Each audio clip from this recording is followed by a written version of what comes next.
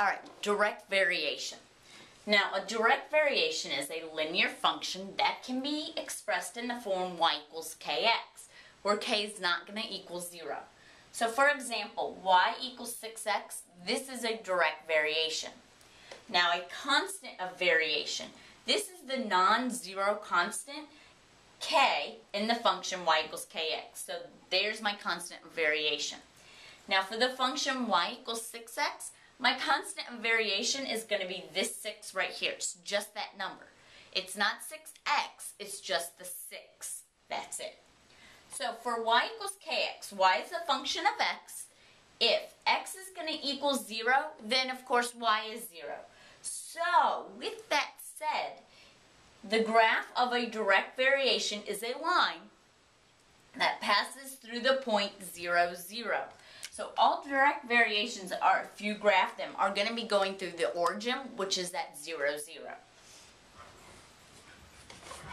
Now to tell whether an equation represents a direct variation, we're going to need to solve for y. So if the equation can be written in the form of y equals kx, then it's going to be a direct variation. So this first one, 5x plus 2y equals 0. Now that's not yet in the form of y equals kx. So what we need to do is solve for y first. So I need to move the x over to here. I'm going to subtract 5x from both sides. When I do that, this 5x becomes 0. I'm left with this 2y equals negative 5x, because 0 minus 5x is a negative 5x. Now, I still have this 2 times y, so I need to move that 2 over. I undo it by dividing on both sides. So, negative 5x divided by 2 is going to be negative 5 halves x, same thing, equals y. So here, we are in the form of y equals negative 5 halves x. That's because we're not adding a number or anything, or subtracting a number. So this is going to be a direct variation, since it's in the form y equals kx. And my constant of variation, my k value, is just this negative 5 halves. This right here is going to be my k value. Now this second one, y equals, 3y plus 4x equals 8. I need to get my y all by itself. First thing I need to do is move my x. So I'm going to subtract 4x from both sides. That becomes 0 there. 8 minus 4x, we're going to just write it with the x first. So I'm going to have negative 4x plus 8. Alright, so now I have 3y on this side. I got to get rid of that 3. I got to move it to the other side. I need to divide each side by 3 in order to do that. This becomes 1, just 1y. And over here I've got negative 4 divided by 3x. So negative 4 thirds x. And over here is 8 thirds. Right there, or 8 divided by 3. Now, notice this is not in the form of y equals kx, because this is what's hindering that. I added a number onto the end of kx. So this equation is not a direct variation. So you will not have a k value either. Alright, so writing direct variation equations given a point. So here's my point, this first one, 4, negative 3. I'm going to always use the formula y equals kx. I know a y value having a point, and I know an x value having a point, and all I have to do is solve for the k. So, I take my formula, y equals kx. I put in negative 3 for y, and I put in 4 for x. So I have negative 3 equals k times 4. To move the 4 over, I divide each side by 4. So, my k value is going to be negative 3/4. Knowing that, then I take my formula again, y equals kx, and instead of putting in a y and an x, I'm just going to put in the k. So, it's going to be y equals negative 3/4 x, and that's going to be my equation of my line. Okay, the second one I got negative 3 and negative 6. So, again, I do the same thing. Use y equals kx. I take the x and y and plug them in so I can solve for k. So I've got negative 6 equals k times negative 3. I'm going to divide each side by 3. Negative 6 divided by negative 3 is a positive 2, so that's my k value. Now, I go back to y equals kx. I put in 2 for k. Notice I leave my x and y. I want those variables there. I'm not going to plug in my points there. I want to leave it as y and as x. So my equation is going to be y equals 2x. Alright, the last one, negative 6, 1. Again, start with y equals kx.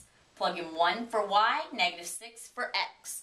Divide each side by the negative 6 to get it over here with the 1. So my k value is negative 1 divided by 6.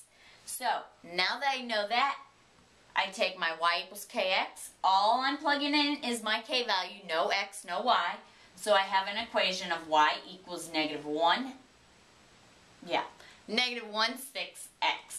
Now, if you notice the little pattern that you see here for each one of these, is basically you're taking your y value and your x value and you're doing this. 1 over negative 6.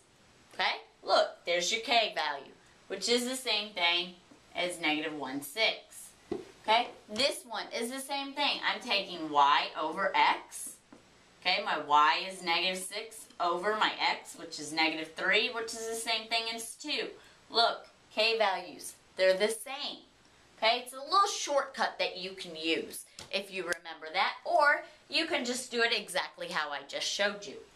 Okay, now, you can rewrite a direct variation, y equals kx, as y over x equals k, just like I did right there. So, when two sets of data, x, y, vary directly, the ratio y over x is going to be our constant variation. The ratio must be the same for each data pair. So if we're looking at a table, each data pair in that table has to have the same y over x in order to be a direct variation. Okay, so let's look at some data tables.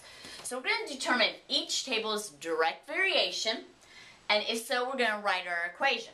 Alright, so this first one, I have my x values, my y values. So I'm going to use that y over x because that's my k value. 2.25 divided by negative 3, we divide that out, it gives me negative 0.75. Over here, negative 0.75 divided by my x, which is 1, gives me negative 0.75. This one, negative 3 divided by 4 is negative 0.75, and so is 4.5 divided by negative 6 is going to be negative 0.75. Notice all of these k values are exactly the same. Since they're exactly the same, this is a direct variation. So k is the same for each pair, therefore, remember that's what the 3 dots mean, this is a direct variation. So, direct variation, my k value is this, what all we got, the same thing we got. So k is going to equal negative 0.75. So, I take y equals kx, and all I do is plug in negative 0.75 for my k value. Let's look at number 2. Alright, so here's my table with my x and y's. I'm going to find my k value, the y over x, see if they all are the same. If they are, then it's a direct variation. So I've got negative 1 over 2, which is negative 1/2. 1 over 4, which actually gives me 1/4 or 0.25. 3 over 6 gives me 0.5, and 4.5 over 9 gives me 0.5. Notice, I got negative 0.5, 0.25, 0.5, and 0.5. These are not the same k values. They all have a different ratio. So this set of data is not going to be a direct variation. Since k is not the same for each pair, we say not a direct variation, and you can't write your equation, you can't get a k value. Alright, so let's look at an application problem. The perimeter of a regular octagon varies directly with the length of one side of the octagon. Write an equation to describe the relationship between the perimeter, P, and the side length. Alright, now, an octagon, right here. An octagon has 8 sides, okay? So it's going to vary directly with the length of one side of the octagon. And this is the perimeter that's varied directly. So since the perimeter varies directly with the length, I'm going to do P equals something length. And I draw my L's with a cursive so you can tell between an L and a 1. Alright, now, if each side of an octagon is equal, they're all the same length, and I have 8 of them. To get the perimeter, I'm just going to do 8 times the length. So my K value is going to be 8. So my equation is going to be P equals 8L. And that's my direct variation, where my K actually is that